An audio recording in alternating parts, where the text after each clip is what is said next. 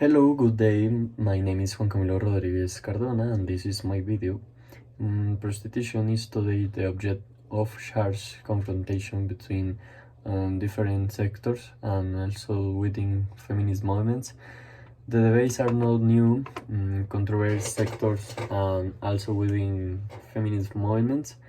The debates are not new, controversies persist about legal regimes, which remain similar to those of almost 115 years ago, as if social and cultural change had not altered broader relationships or way of thinking about prostitution.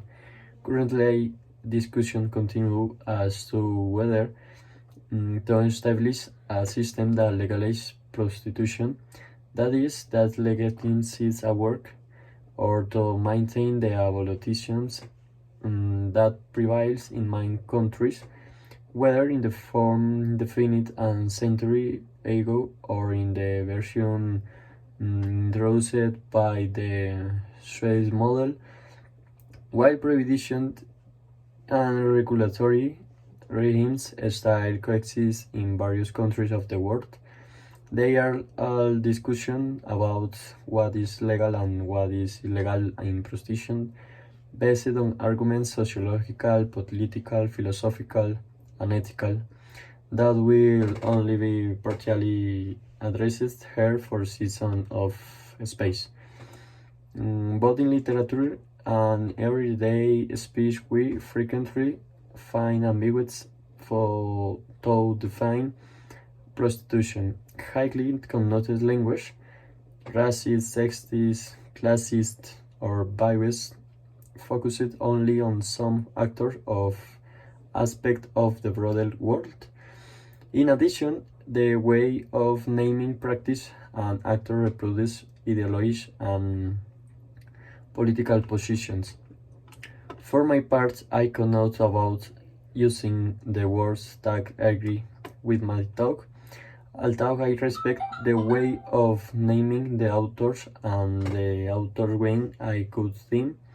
Another stating classification instead in many texts, it is spoken in the feminist. Even we also, in different passages, reference is made to male prostitutions,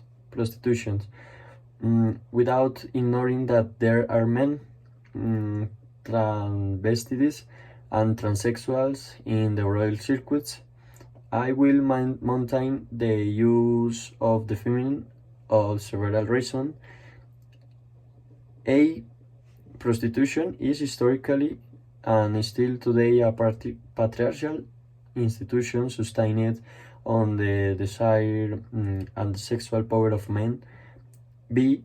It is based on the asymmetry between men and women, and even in the homosexual or transsexual circuits, those who pay for sex are men. And C. The women's circuits are the majority, and in general, they are different from the homosexuals or transsexual circuits. In addition, the majority of prostituted people are feminist, except for the so-called taxi boys, real prostitution, though some women also resort, but who constitute a minority type of prostitution. There are two polar visions of prostitution. On of them characteristics, it has relationships between two people in which contractualist concepts come into play. Decisions based on personal freedom, sexual freedom, choice, market service, admitting that the body itself or sex is marketable goods.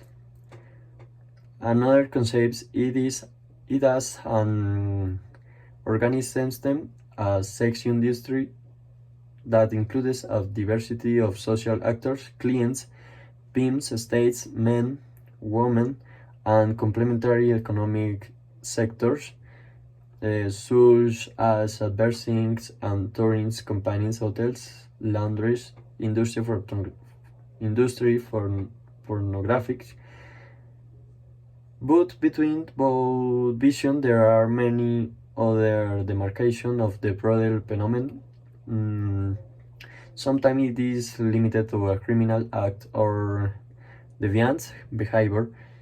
In our case, the focus is on the motivations of prostituted people around some of the actors that participate in the world of brothels, including pimp organizations and their globalized dimension.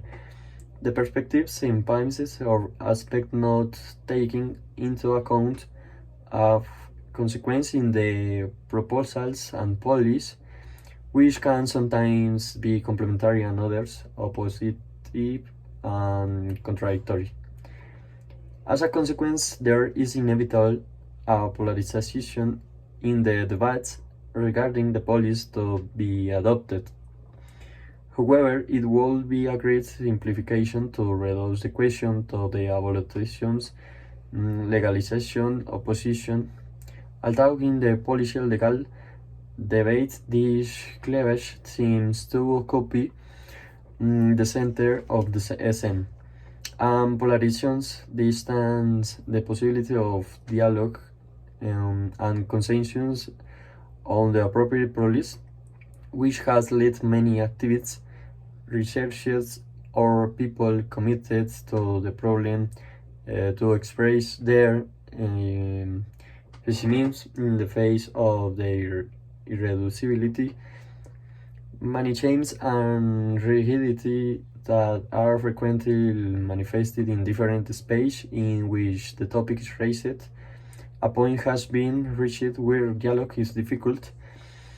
In short, in my opinion, it is not so easy to define, since there is will no division of opinions. Thanks.